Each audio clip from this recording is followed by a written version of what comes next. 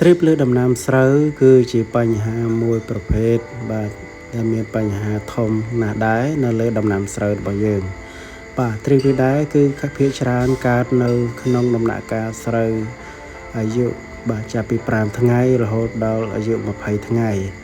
បាទត្រីភ្លឺវាមានពីរប្រភេទវាមានប្រភេទត្រីពណ៌សហើយនិងប្រភេទត្រីពណ៌ខ្មៅបាទហើយឃើញថាភាគច្រើនវាកើតឡើងនៅក្នុងរដូវក្តៅបាទភាគច្រើនវាកើតឡើងនៅក្នុងខែបាទជាធម្មតាកើតនៅក្នុងខែ12រហូតដល់ខែ1ខែ2បាទហើយយើងក៏ភាគច្រើនឃើញនៅក្នុងកំឡុងពេលខែ6ខែ5ផងដែរបាទខែ5ខែ6អញ្ចឹងបានន័យថាវាត្រេបនេះវាកើតឡើងនៅពេលដែលវាដាច់ទឹកភ្លៀងបាទដាច់ទឹកភ្លៀងយូរគឺចាប់ផ្ដើមមានត្រេបនេះបាទហើយចំពោះបញ្ហាត្រេបនេះដែរបាទគឺជាបញ្ហាធ្ងន់ធ្ងរដែរបើសិនជាយើងមិនបានព្យាបាលវាទេមិនបានកម្ចាត់វាទេវានឹងអាចបង្កឡើងរាលដាលបាទយើងបាជីទៅគឺវាមិនឡើងទេបាទហើយវិធានសាស្ត្រនៃការទប់ស្កាត់ក៏ដូចជាកម្ចាត់ប្រភេទត្រេបនេះបាទគឺយើងត្រូវការប្រើប្រាស់ថ្នាំបាទប្រភេទថ្នាំគីមីដែលមានសារធាតុថៃម៉ែនតូសាមឬក៏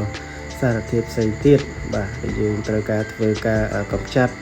បាញ់ថ្នាំកម្ចាត់បាទត្រេបនឹងសិនហើយចាំយើងដាក់ជីបាទបើសិនជាយើងមិនបានបាញ់កម្ចាត់ប្រភេទថ្នាំកម្ចាត់សត្វល្អិតឬក៏កម្ចាត់ត្រេបនេះជាមុនទេហើយយើងទៅដាក់ជីអញ្ចឹងយើងដាក់ជីយ៉ាងណាក៏វាមិនឡើងដែរបាទដោយសារតែសត្វត្រេបនេះគឺវាស្រូបជញ្ជក់នៅរស់នៅពេលបៃតងរបស់ស្រូវបាទប្រៀបដូចជាយើងមានសត្វល្អិតនៅក្នុងខ្លួនអញ្ចឹងបើសិនជាកាលណាយើងមិនបានកម្ចាត់ទម្លាក់សត្វល្អិតរួចរាល់ទេហើយយើងហូបអាហារចូលក៏ដូចគ្នាជាមួយនឹងស្រូវដែរបើសិនជាយើងមិនទាន់កម្ចាត់ប្រភេទត្រេបនឹងចោលទេហើយយើងបាយជីទៅនោះស្រូវរបស់យើងមិនឡើងទេបាទមិនលូតលាស់ល្អទេសារតែប្រភេទសត្វត្រេបហ្នឹងគឺវាទៅស្រូបយកសារធាតុចិញ្ចឹមពីក្នុងស្រូវបាទអញ្ចឹងហើយក៏ដើម្បីកុំឲ្យយើងខាតជីបាទកុំឲ្យយើងខាតជីក៏ដូចជាកុំឲ្យយើងនៅដំណើរការលូតលាស់របស់ស្រូវគឺយើងអាចធ្វើការបាញ់ថ្នាំកម្ចាត់ត្រេបនេះជាមុនសិនបាទតទៅមកចាំយើងបាជីបាទ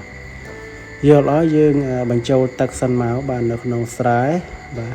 យើងបញ្ចូលទឹកសិនមកឲ្យវាឡើងមកលើមកហើយយើងបាញ់ថ្នាំកម្ចាត់សត្វត្រេបនេះហើយយើងបានមួយថ្ងៃឬក៏2ថ្ងៃហើយយើងបាជីទៅបាទនៅក្រោយពេលបាជី2-3ថ្ងៃវានឹងឡើងពណ៌ខៀវមកវិញហើយបាទនេះយើងគឺទៅជាការល្អបាទសូមអរគុណសូមជម្រាបលា